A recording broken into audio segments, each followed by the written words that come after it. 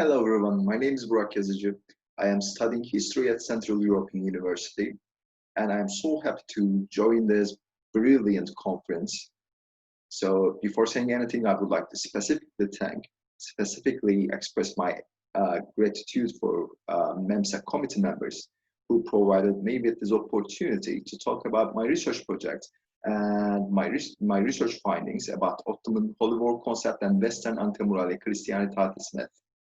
Therefore, I'm joining this conference from Budapest, Hungary, even though my home country is Turkey. So I'm going to be able to watch your beautiful presentations and listen to your research findings when I'm back in Turkey. My research project is basically a comparison between the Ottoman Holy War concept, Ghaza concept, and Western Antemurale Christianitatis myth in the late 15th century and early 16th century. Although numerous number of books and articles have devoted separately to the notion of Antemurale Christianitatis and the concept of Ottoman Holy War idea, the similarities, parallels, and differences, divergences between these two Holy War ideologies, between these two frontier Holy War ideologies, were never discussed. Therefore, this is going to be the first contribution of my research. The second contribution of my research is going to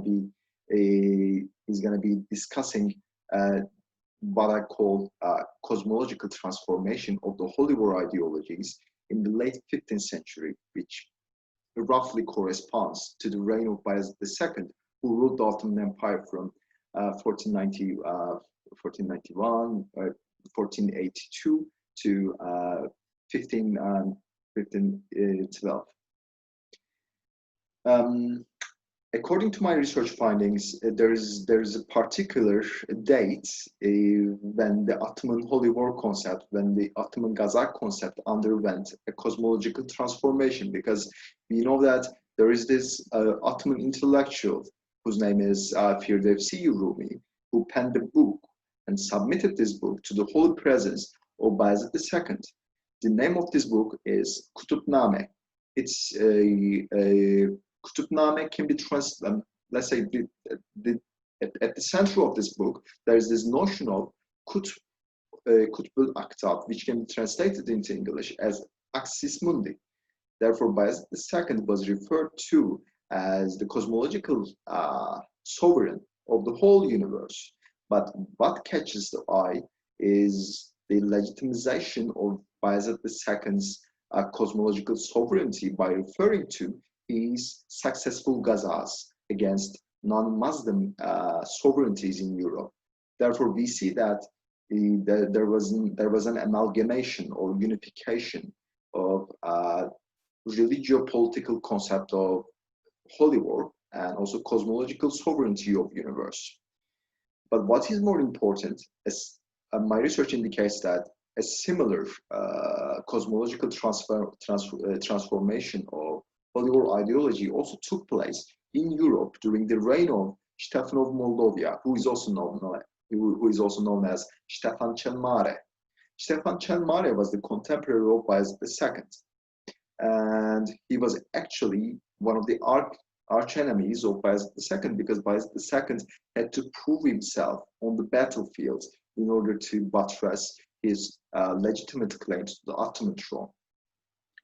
And to realize his political designations, he conquered or occupied Kilia and Bielogorod, which were important commercial port cities in the region of Bessarabia. But the crux of the matter is this was a problematic historical region, because actually both Kilia and Bielogorod were ruled by Stefan of Moldavia. Therefore, it was an open warfare time for the Ottomans, for Stefan of Moldavia, and also other contemporaries of these two important political figures, such as Jan Olbracht and also Vladislav of Hungary. It's an important. I think we should note that there was this dynastical relationships, dynastical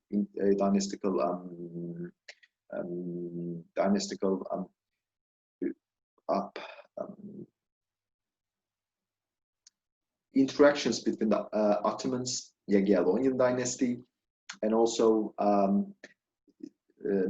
Stephen of Moldavia, because Jan Olbracht, who was the king of Poland during this time, was coming from this famous Jagiellonian dynasty, but also Vladislav of Hungary was another member of this dynasty.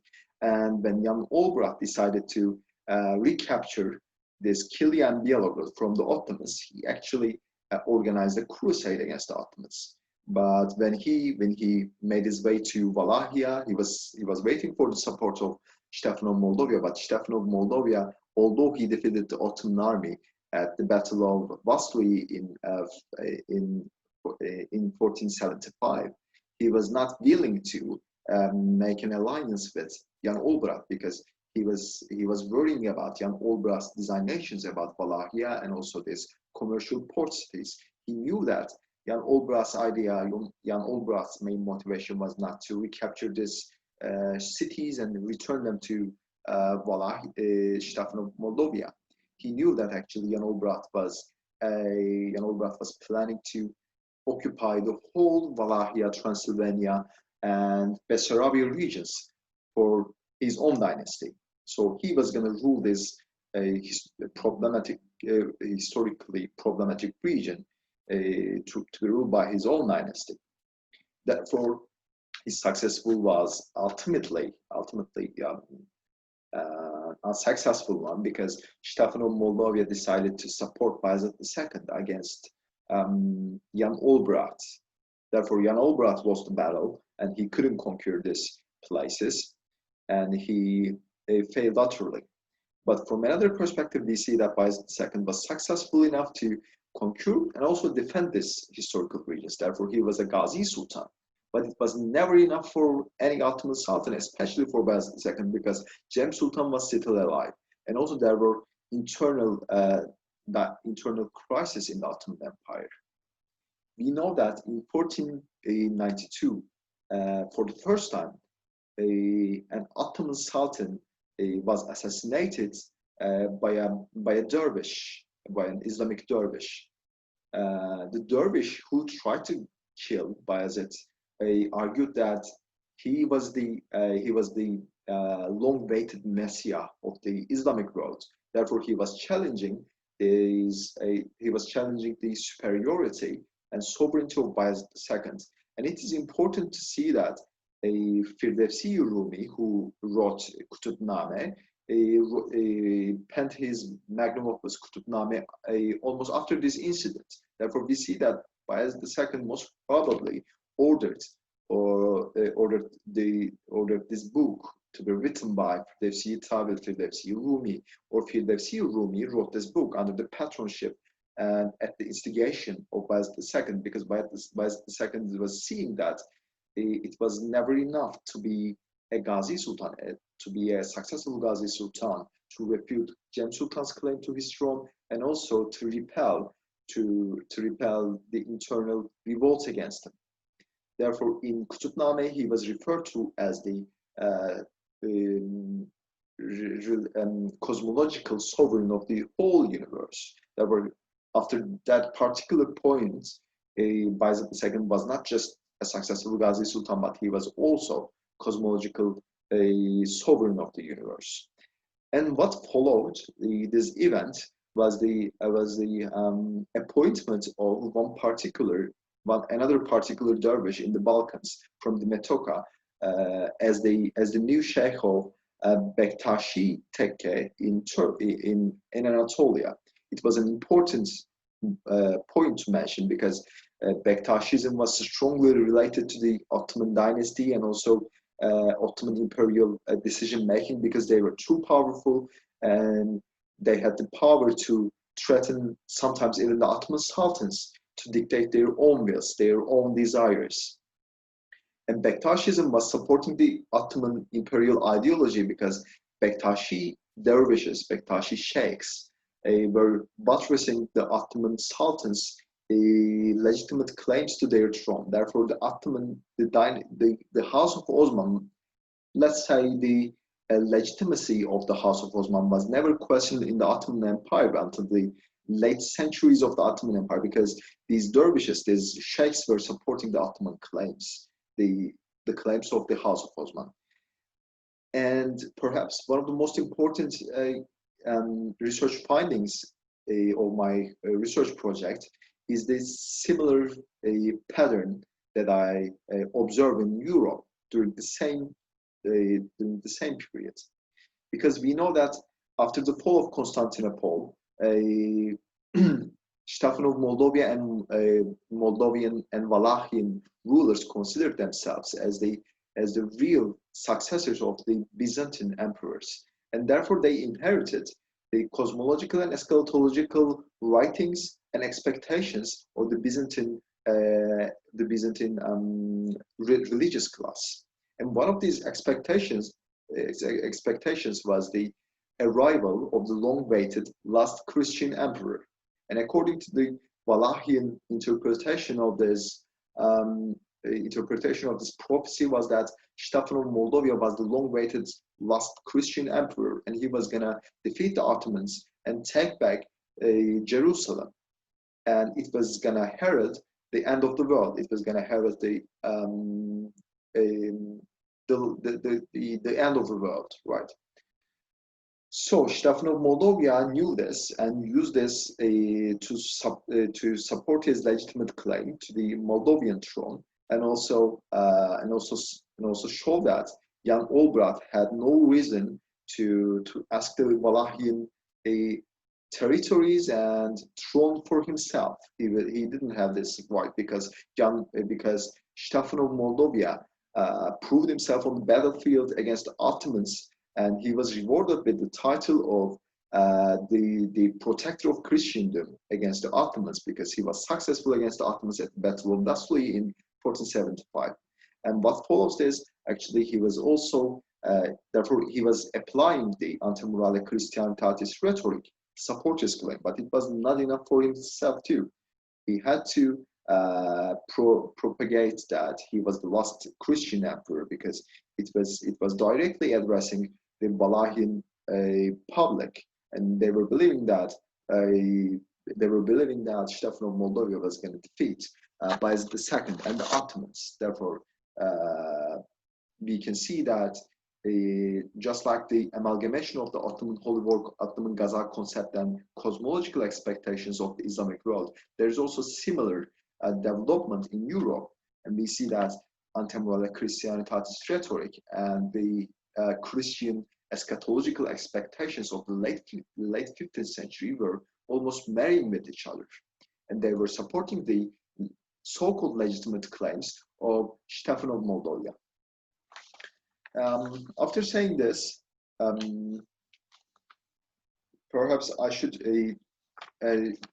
I actually prepared a short presentation, but I'm not going to use the whole presentation. I'm just going to share with you some important depictions of Bayezid II, Stefan of Moldavia, and also the conquest of Kilia and Bielograd by Sultan Bayezid II. And then after that point, I'm going to talk about the most crucial point in the transformation of the Ottoman Holy War concept, Ottoman Ghaza concept, which is the Ottoman-Venetian Wars and the Battle of Lesbos that took place in 1501. Now I'm going to share my screen with you and show you some of my slides. Yes. You can see, here you can see a beautiful picture of Frederick Jackson Turner, who is who asserted that the American success was hidden in the frontier notion. And also you can see here, at least a part of it, Wallachia region, which is here, and also, let me move it. You can see Moldavia, Bukovina, and to the right side of this map, you are going to see Bessarabia region, which is the most historiographically most problematic, one of the most problematic regions in the region. And also you can see here Antemurale Christianitatis depiction.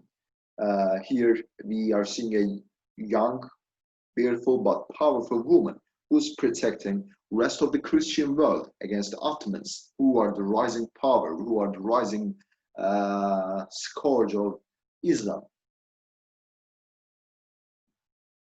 And here you can see one of the most famous depictions of Bayezid II on the left side of this page, and also on the right page of this presentation of the slide, you can see Ottoman Ghazis who were fighting on the borderland regions against non-Muslim sovereignties such as Wallachia and Poland and Kingdom of Hungary.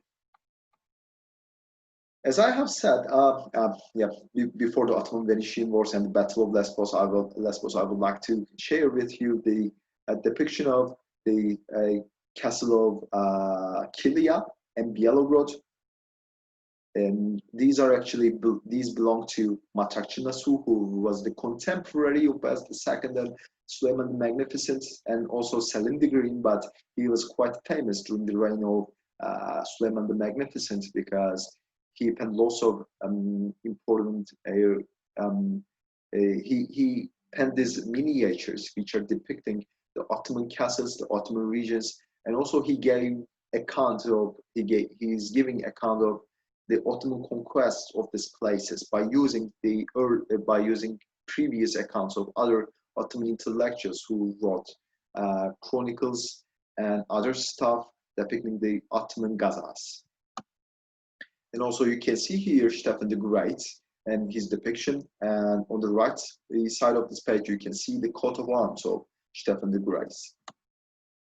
Yeah, as I have said, one of the most crucial turning points in the Ottoman history and in the cosmological transformation of the whole Ottoman Holy War concept was Battle of Lesbos. As a matter of fact, Ottomans and Venetians didn't have always good relationship with each other, especially after the fall of Constantinople, because every single Christian emperor or Christian ruler in Europe was trying to predict the next target of the Ottoman war machine. And Venetians were quite right in worrying about the Ottoman expansionism, because one of the targets of the Ottoman war machine was the Venetian possessions in the Aegean Sea and in this region. And Bayezid II, after the conquest of Kilia and Bielogrod, Bayezid II decided to wage wars against another Islamic empire, the Mamluk Empire, and he wanted to use Cyprus as a stronghold. And he asked the Venetian Doge if he can give this stronghold to the Ottoman Empire for a short period of time to enable the Ottoman navies and military men to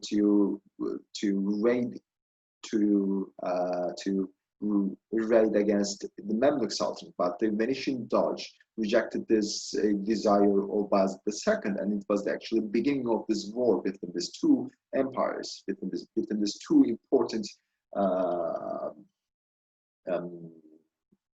sovereignties of the late Middle Ages. So at the Battle of Lesbos, we see that Lesbos was actually Ottoman territory at this time in 1501, but a motley of Venetian, Spanish, and other European naval forces united against the Ottoman Empire to take back the Ottoman occupations in the Aegean Sea. But the Ottoman Empire conquered these places from the Venetian Republic, the most sovereign republic in the world, according to the Venetian sources.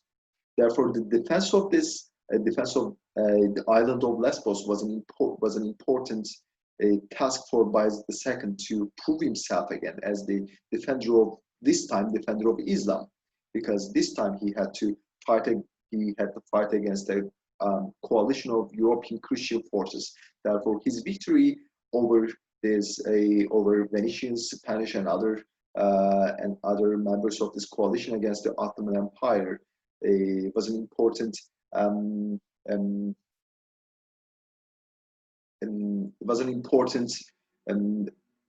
opportunity for Bayezid II to prove himself again, and he proved himself.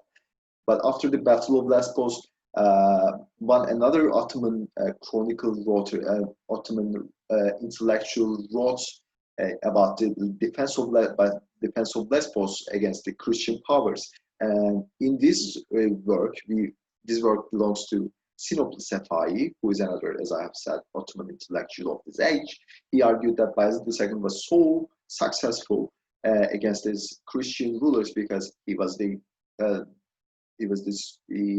also spiritually and cosmologically superior against his enemies. Therefore, we still see that Bayezid II was trying to buttress his legitimate claims to the Ottoman throne, while he was still waging wars against the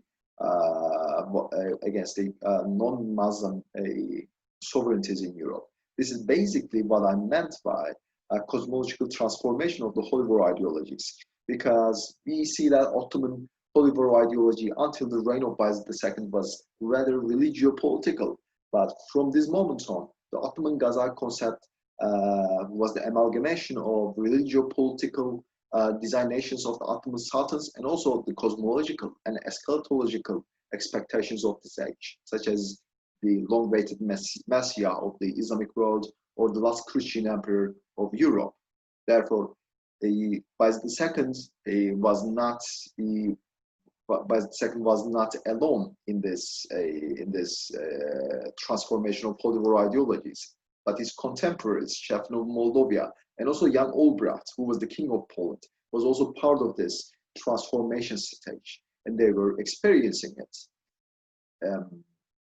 But perhaps, from my point of view, the weakness of my research project is the scarcity of translated primary sources concerning Antemurale Christianitatis idea and this transformation of holy war, transformation of Antemurale Christianitatis into a cosmological one.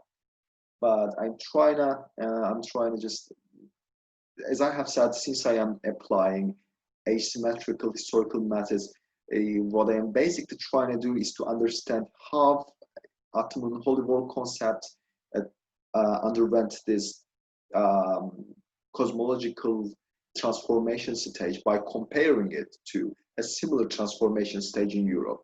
And actually, it shows us that this universality of this holy war, these frontier holy war ideologies were facts.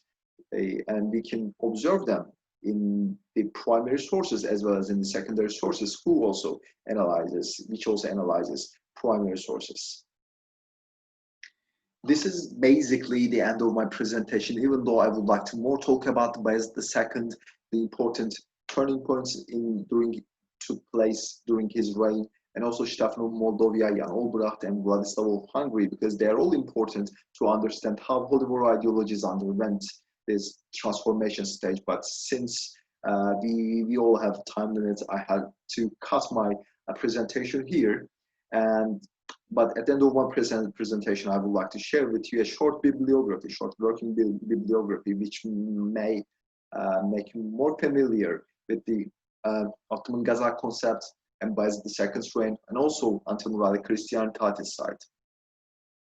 And I will be waiting for your beautiful comments, for your questions, and I believe that they are going to help me a lot, because I still need to focus on the weaknesses and powerful size of my research, and this is why I am expecting your comments. Thank you so much for listening to me, and thank you so much for providing this opportunity again. I will be waiting to see your beautiful research findings and to see your presentations. Thank you so much, and see you.